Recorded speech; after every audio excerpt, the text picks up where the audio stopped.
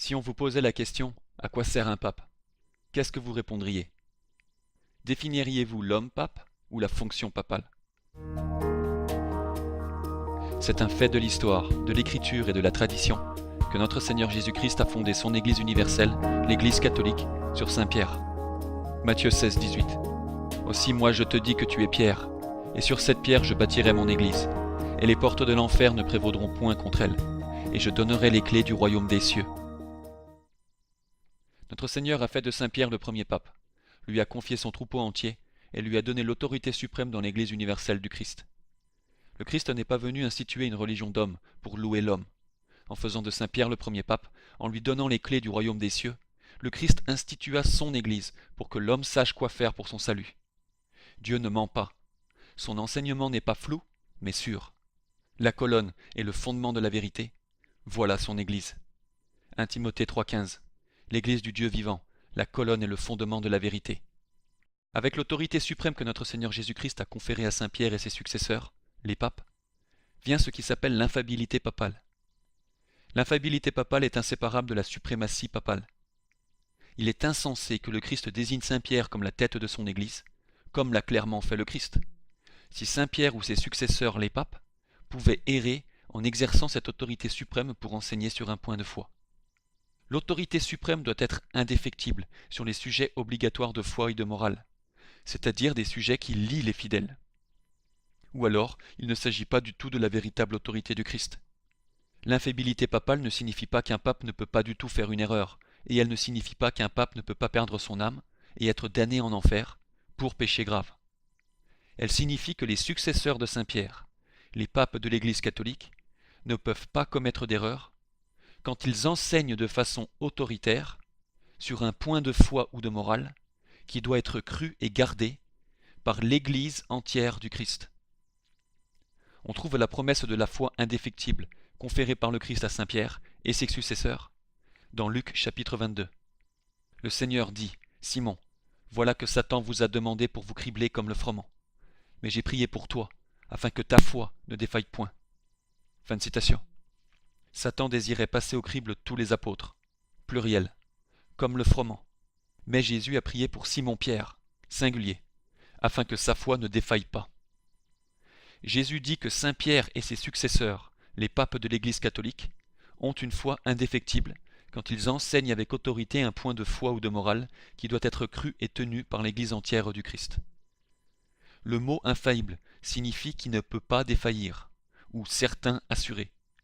Par conséquent, le terme même de l'infaillibilité papale vient directement de la promesse du Christ faite à Saint-Pierre et ses successeurs dans Luc 22, à savoir que Pierre a une foi qui ne défaille pas, indéfectible. Même si cette vérité était crue depuis le commencement de l'Église, elle fut spécifiquement définie comme un dogme au premier concile du Vatican, en 1870. Ce charisme de vérité et de foi, à jamais indéfectible, a été accordé par Dieu à Pierre et à ses successeurs en cette chair. Ce siège de Pierre demeurerait pur de toute erreur, au terme de la promesse divine de notre Seigneur et Sauveur au chef de ses disciples. J'ai prié pour toi, pour que ta foi ne défaille pas. Luc 22, 32. Mais comment sait-on quand un pape exerce sa foi indéfectible pour enseigner infailliblement depuis la chair de Saint-Pierre? C'est par le langage que le pape utilise ou la manière dont le pape enseigne.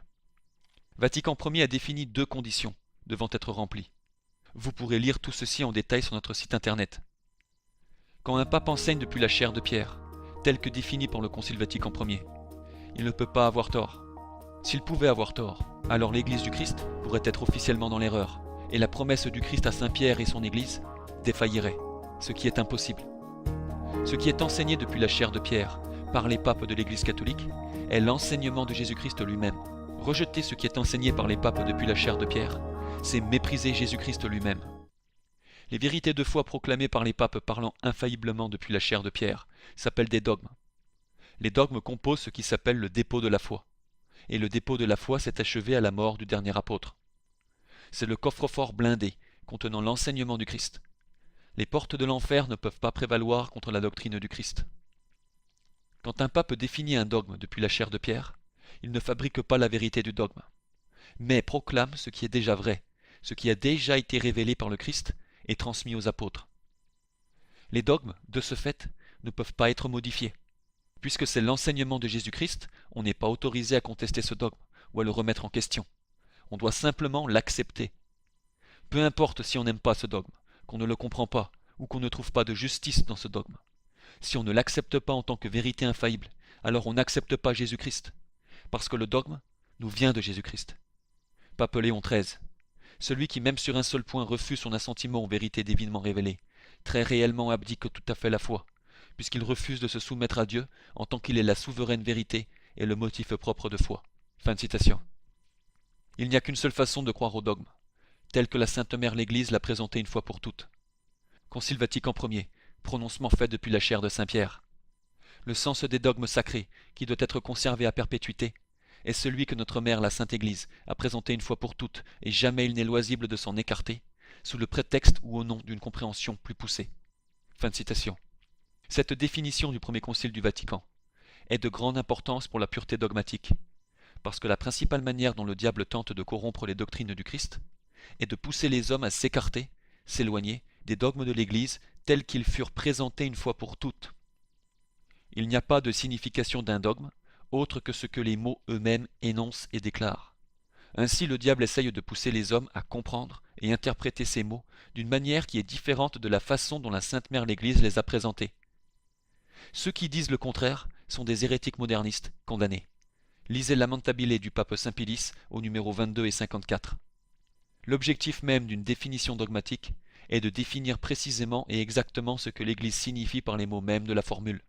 Si elle ne le faisait pas par ces mots mêmes dans la formule ou le document, comme le disent les modernistes, alors elle aurait échoué dans son but primordial, qui est de définir.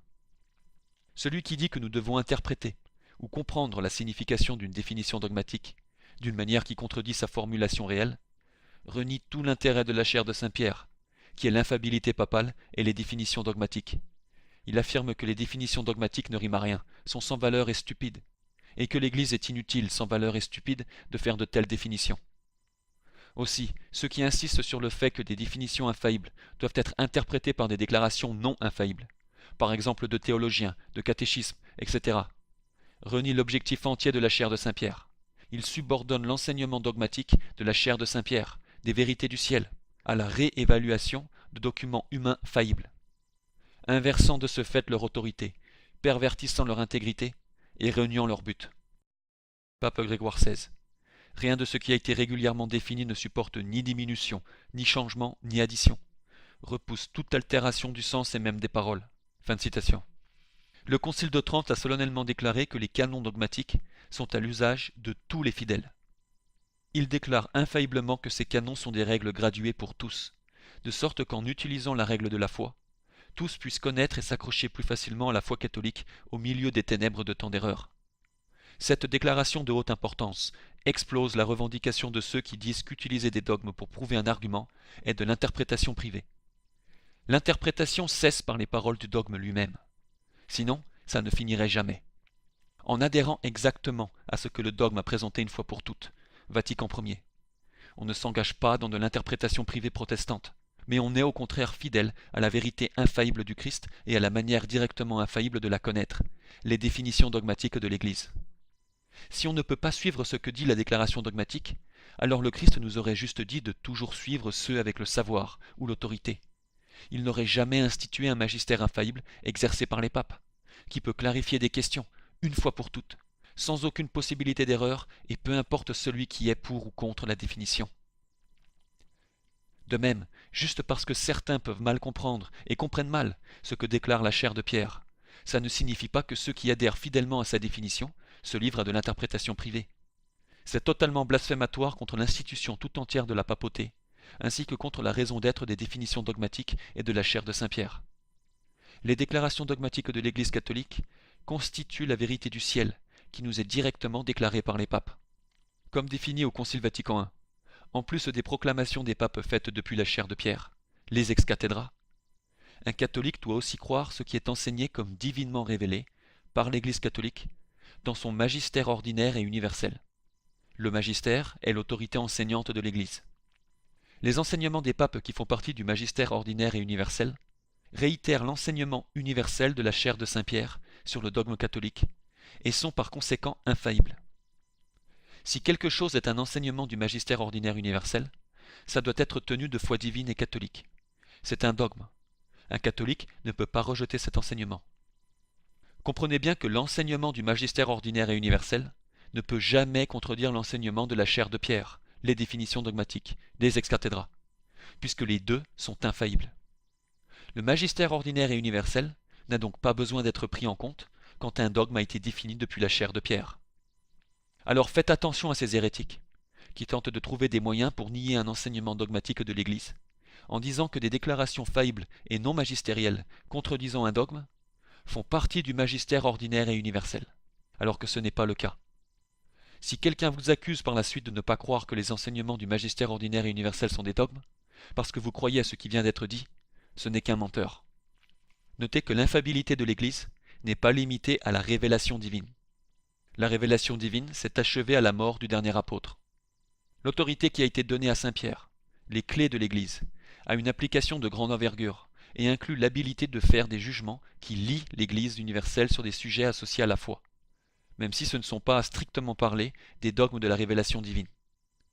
Parce que ça concerne des sujets qui se sont produits après la mort du dernier apôtre. Par exemple, dans les nombreux cas où l'Église a prononcé des jugements infaillibles, mais qui ne sont pas à strictement parler des vérités de la révélation divine, il y a la bulle Apostolicae Curae du pape Léon XIII, enseignant à tous les catholiques que les ordres anglicans sont invalides. Le pape Léon XIII avait solennellement déclaré la chose. Cet événement est survenu après la mort du dernier apôtre. Donc ce n'est pas une vérité de foi et de morale transmise par la révélation divine. Ce n'est pas une déclaration dogmatique, mais c'est un jugement infaillible lié à la foi. C'est pareil pour les canonisations et les condamnations d'hérétiques. L'Église est infaillible dans ses lois disciplinaires universelles.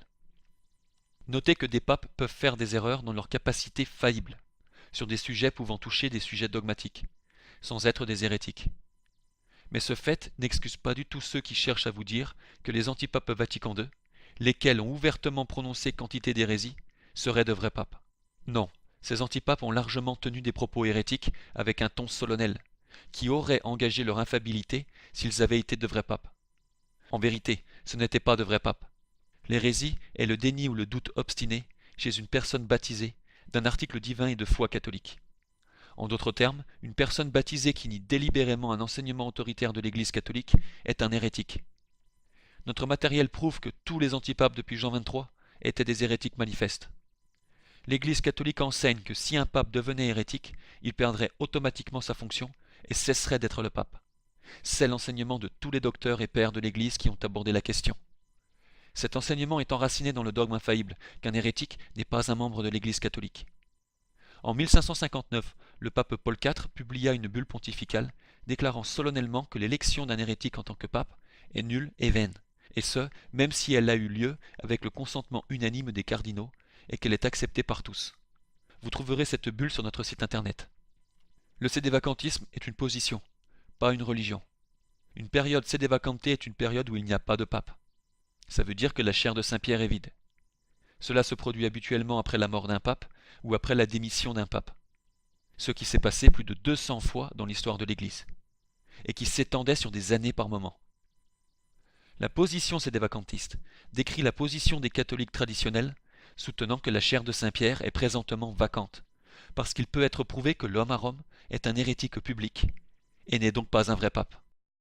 Comprendre le rôle clé de la papauté, c'est séparer les dogmes des hérésies, c'est se contenter du texte infaillible face à une pile de documents théologiques faillibles contredisant le dogme.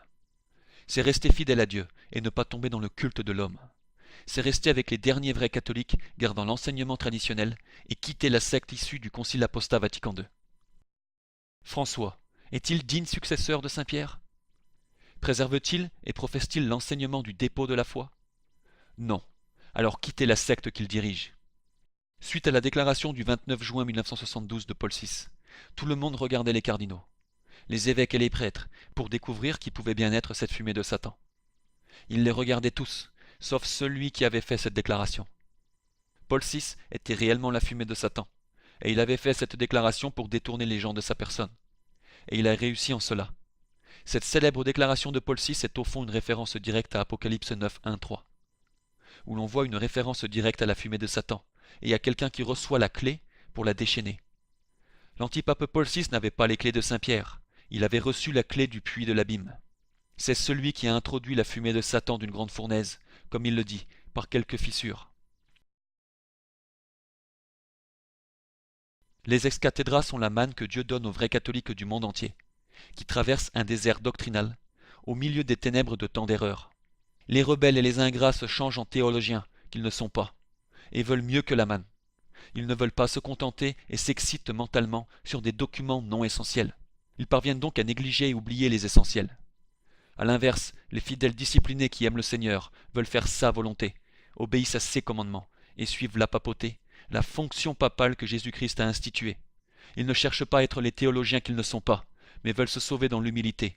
Et pour connaître et tenir plus facilement la foi catholique, ils utilisent par conséquent la règle de la foi, l'outil que le Seigneur donne à ceux qui veulent se sauver. Vous l'avez compris, faites le choix d'adhérer au rôle clé de la papauté, ou suivez jusqu'en enfer la secte Vatican II, qui en est montée par la clé diabolique du puits de l'abîme, et y retournera.